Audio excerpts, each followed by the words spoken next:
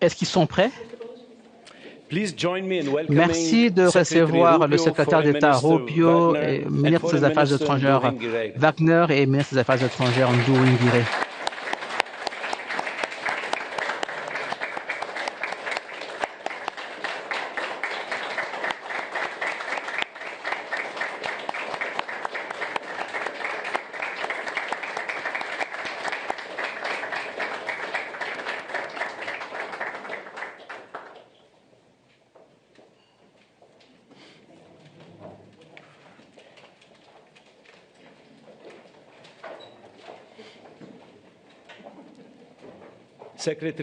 Secrétaire d'État Rubio, Madame la ministre des Affaires étrangères Wagner, Monsieur le ministre des Affaires étrangères Nduhungirehe, ministre de l'État El Uleifi, président de l'Union africaine Youssouf, ministre des Affaires étrangères Youssef, ambassadeur, membre du Congrès, distingués invités, membres des médias, mesdames et messieurs, merci de nous avoir rejoints ici pour la signature historique d'un accord de paix complet entre la République démocratique du Congo et la République du Rwanda. Sous peu, le secrétaire d'État Rubio ainsi que les ministres des Affaires étrangères de la RDC et du Rwanda vont signer un accord ancré sur la déclaration de principe qui a été signée ici même le 26 avril. Avec leur signature, l'accord de paix entrera effectivement en vigueur, mettant ainsi un terme à 30 ans de conflit et posant les jalons pour les deux pays et pour leurs peuples respectifs pour la paix et la prospérité. Cela n'aurait pas été possible sans le leadership et la vision du président Trump. Il a fait de la paix une priorité pour son mandat et nous avons écouté son appel pour qu'on trouve une solution pacifique à ce conflit. Je tiens à saluer les efforts inlassables que les deux ministres des Affaires étrangères ainsi que leurs équipes respectives ont menés pour atteindre cet accord. Je tiens également à saluer le partenariat du gouvernement qatari qui est en train de piloter un processus parallèle entre le gouvernement de la RDC et le groupe armé M23. Par ailleurs, je tiens également à saluer que le travail qui a été réalisé sous les auspices de l'Union africaine était un travail essentiel pour l'atteinte de cet accord. Nous sommes enthousiasmés et impatients d'entrer en coordination avec la présidente de l'Union africaine ainsi que le président togolais qui sert des facilitateurs désignés par l'Union africaine pour la mise en œuvre de cet accord.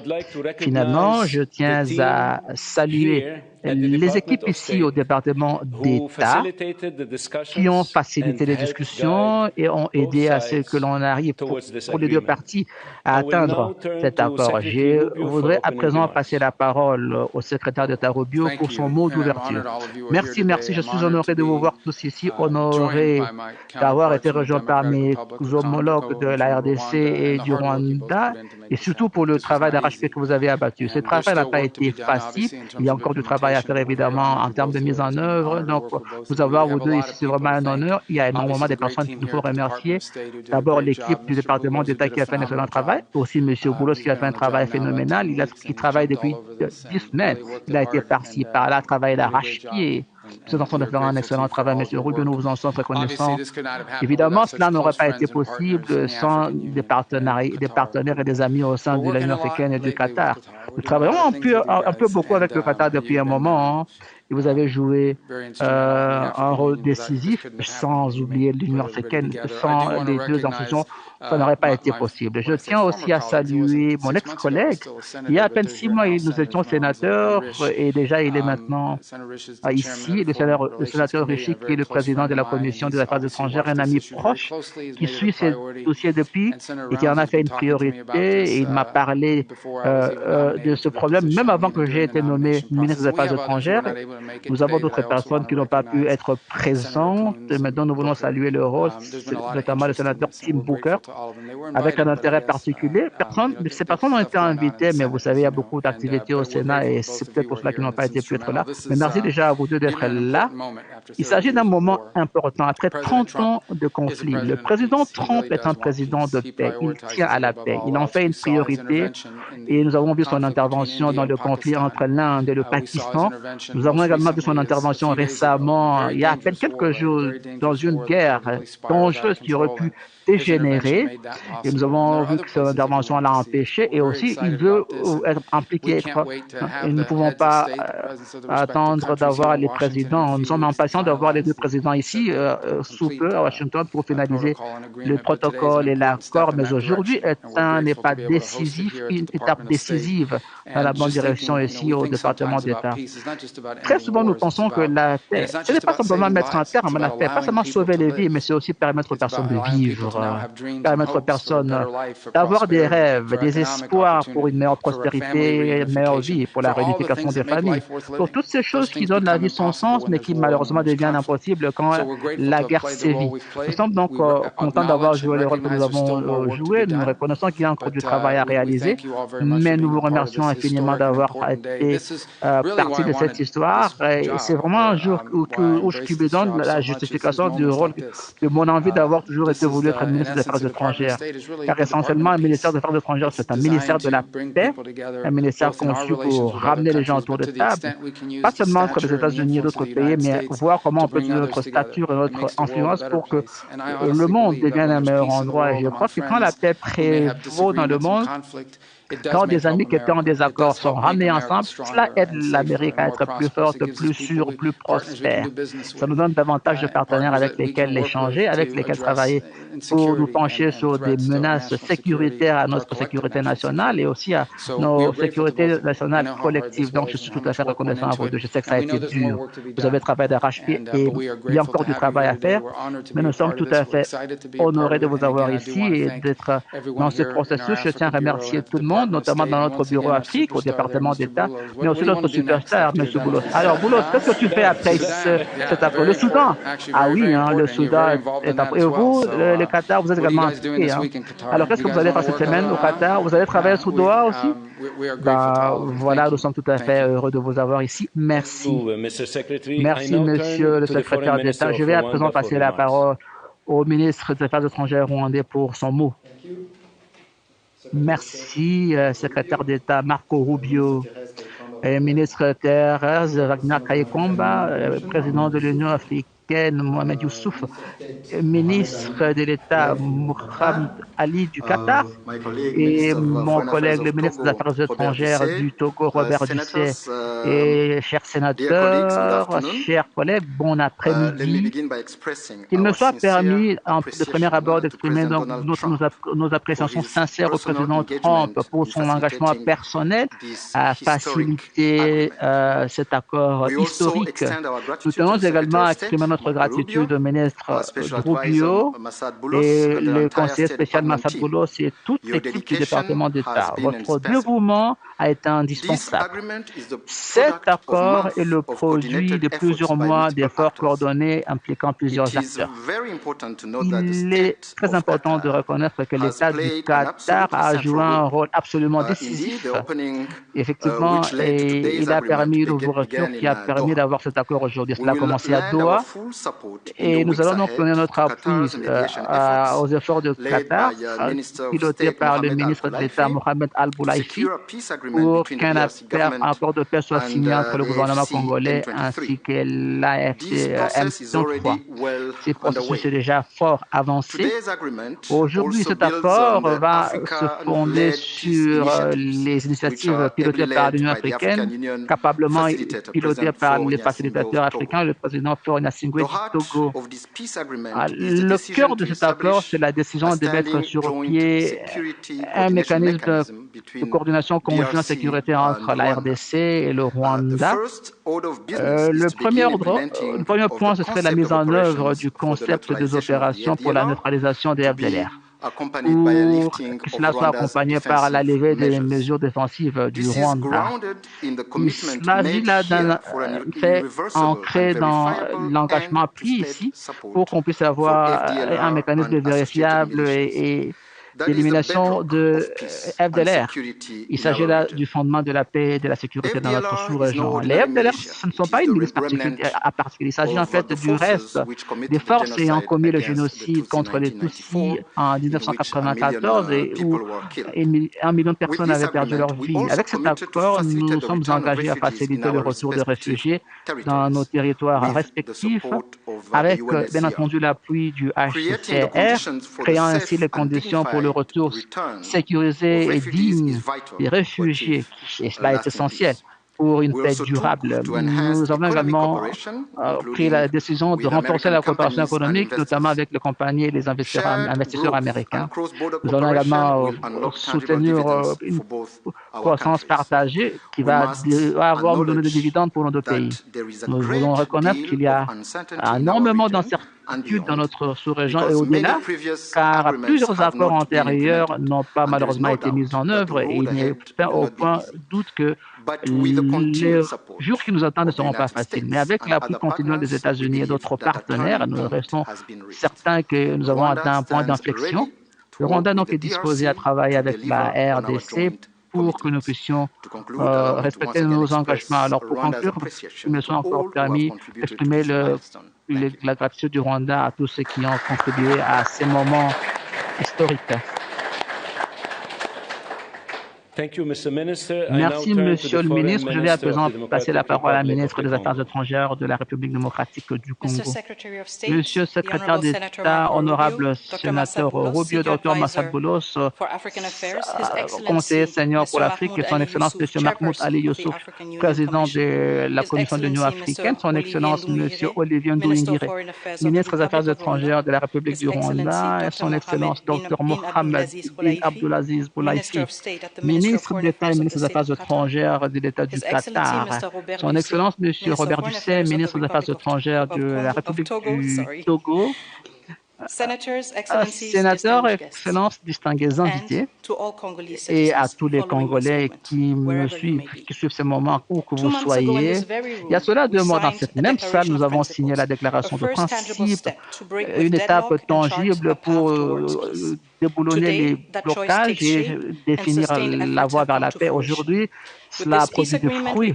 Avec cet accord de paix, il y a un nouveau chapitre qui s'ouvre, un chapitre qui nous exige de l'engagement, mais aussi du courage pour qu'on l'amène jusqu'à son terme. En signant cet accord, nous réaffirmons une vérité simple. La paix est un choix et aussi une responsabilité. Respecter donc le droit international, les droits humains et protéger la souveraineté des États. Et ceux ayant souffert le plus nous regardent. Ils s'attendent à ce que cet accord soit respecté et nous ne pouvons pas les trahir. Cet accord est ancré sur les efforts de plusieurs personnes. D'abord, nous tenons à exprimer notre gratitude sincère à son Excellence, le président Donald J. Trump, pour son engagement à ces processus de paix. Son leadership a gardé ce processus focalisé et axé sur les objectifs, et cela depuis le premier jour. Après, cela a été caractérisé par la qualité et la détermination de toute l'équipe américaine, illustrée par l'appui décisif du sénateur Rubio et du Dr Boulos. Nous saluons son Excellence Félix-Antoine Tshilombo pour avoir choisi la voie difficile, la voie d'une paix axée sur le principe et dans la dignité de notre population. Nous remercions le président Juan Lorenzo de l'Angola, facilitateur du processus de Luanda, pour avoir posé les bases solides. Nous remercions également l'État du Qatar et son Excellence Béni, dont le leadership a été décisif pour avoir convoqué la première réunion directe entre les deux chefs d'État en mars. Une étape courageuse qui a posé le fondement du dialogue. Le Qatar, donc, depuis, facilite d'autres pourparlers et demeure un partenaire fiable pour ces efforts de paix. L'Union africaine aussi, via sa présidence et son facilitateur désigné, son Excellence Lord Nassingwa du Togo, également aider ces processus en lui donnant un ADN africain. Nous voulons également remercier les équipes de la RDC et du Rwanda pour leur détermination. Ce moment est un moment qui a été longuement attendu, mais ça pourrait être un moment qui restaure ce que le conflit a détruit, notamment les femmes, les enfants, c'est-à-dire la sécurité, la dignité, un sens de futur. Pour la région du Grand Lac, il s'agit d'une chance rare pour tourner la page, pas seulement avec des mots, mais avec un changement tangible sur le terrain. Il y avait des blessures qui vont guérir, mais d'autres ne disparaîtront pas complètement. Peut-être que la peau va repartir sur la peau, mais la peau restera toujours fragile et au fond, la chair continuera à le ressentir. Il arrivera un moment où la douleur partira, mais d'autres moments, la douleur reviendra pour nous rappeler ce qui a été perdu à jamais. Les cicatrices que nous avons sur notre corps et dans nos âmes resteront et nous rappelleront ce qui ne doit jamais être ni oublié ni accepté. Il y a cela quelques jours à Kinshasa, une coalition de femmes ont partagé un message clair avec moi. Nous ne voulons pas d'une paix d'élite, nous voulons une paix réelle, vécue, partagée et construite avec nous. Nous ne voulons pas une paix d'élite, nous voulons une paix qui est réelle, vécue et partagée avec nous. Alors, à nos compatriotes à l'est du pays, cet accord est signé avec foi à l'esprit et cela va donc donner lieu au désengagement des forces armées, la protection des civils, le retour des déplacés internes et des réfugiés sous le gouvernement de l'OTAN et l'établissement d'un mécanisme de suivi pour la mise en œuvre. Il ne s'agit pas simplement de mots, ils doivent être traduits en action, en redevabilité, en justice et en volonté politique. Cet accord de paix donc est un point de départ et non pas une fin. Et doit donc être suivi par l'engagement et le retour des familles déplacées et aussi le retour des réfugiés, tant à la RDC qu'au Rwanda. Toutefois, aucun document, qu'importe son niveau de négociation, ne peut porter tout le poids de la paix. Je me rappelle encore que quand nous avons signé la déclaration de principe, ici, un membre de l'Amérique nous avait dit si cela avait été facile, cela aurait été fait il y a longtemps. Et donc, cela est encore plus vrai aujourd'hui. Ce que nous avons signé, c'est simplement l'expression de notre volonté de pouvoir mettre cela en œuvre. Avec la RDC, certainement, nous allons avec résolution et détermination veiller à ce que cet accord soit respecté, pas seulement avec nos mots, mais aussi avec nos actes. Aujourd'hui, nous avons choisi la paix, mais ce qui est maintenant important, c'est que nous puissions la protéger et prouver à nos populations et au monde que même dans une région marquée par des cicatrices profondes, la dignité et la coopération peuvent prévaloir. Alors maintenant, donc, notre travail commence effectivement. Merci.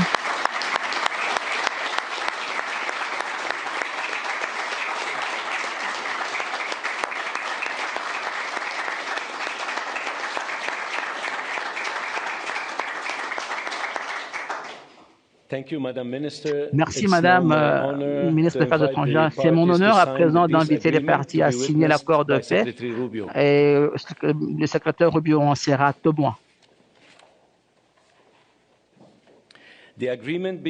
L'accord qui va être signé comprend des dispositions sur le respect de l'intégrité territoriale et la prohibition des hostilités, le désengagement, le désarmement et l'intégration conditionnelle de groupes armés non étatiques, l'établissement d'un mécanisme de coordination conjoint, la facilitation du retour de réfugiés et des personnes déplacées interne, ainsi que l'accès humanitaire et la réaffirmation du mandat de la MONUSCO et l'établissement d'un cadre d'intégration économique régionale.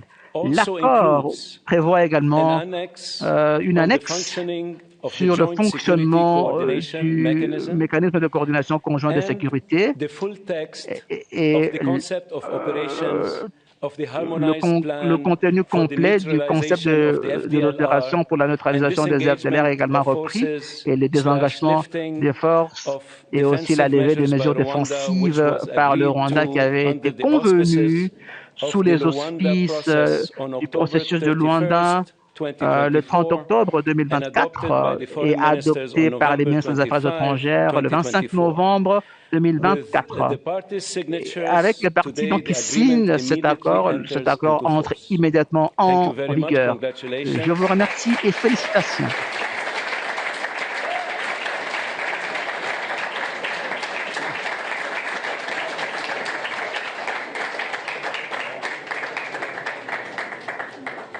Ce qui met à terme cette cérémonie.